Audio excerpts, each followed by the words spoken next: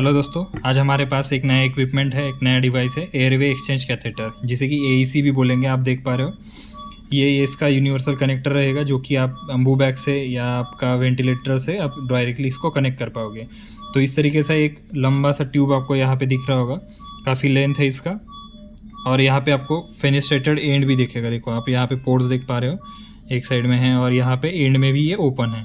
तो इसका एक बेसिक यूज़ क्या है कि जैसे एयरवे एक्सचेंज करना है, कोई डिवाइसेस है या सेंट्रल लाइन आपका सेंट्रल लाइन बोल रहा हूँ सॉरी, एंडोट्रैकियल ट्यूब पेशेंट का डला हुआ है और उसको आपको चेंज करना है किसी other devices, other airway devices, या आपका ट्यूब कट हो गया है या उसका कफ डिफ्लेट हो गया, कट हो गया, तो चेंज करना है।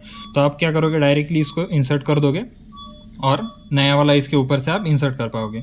तो ये आपका एयरवे डिवाइसेस भी चेंज हो जाएंगे। अदर एक्सट्यूबेशन में भी इसका बहुत यूज़फुल होता है, क्योंकि most of the time extubation process में क्या होता है कि जब आप ईटी ट्यूब रिमूव करते हो, एक्सट्यूबेशन के टाइम में ईटी ट्यूब आप निकाल दिए पेशेंट का, तो हो सकता है कि आपका ब्रोंकोस्पाज्म हो जाए और उस टाइम में आप फिर से री इंट्यूबेट नहीं कर पाओगे। अगर पेशेंट का SpO2 सडनली ड्रॉप होना शुरू हो गया, पेशेंट टॉलरेट नहीं किया एक्सट्यूबेशन, तो ये बहुत प्रॉब्लमेटिक हो सकता है।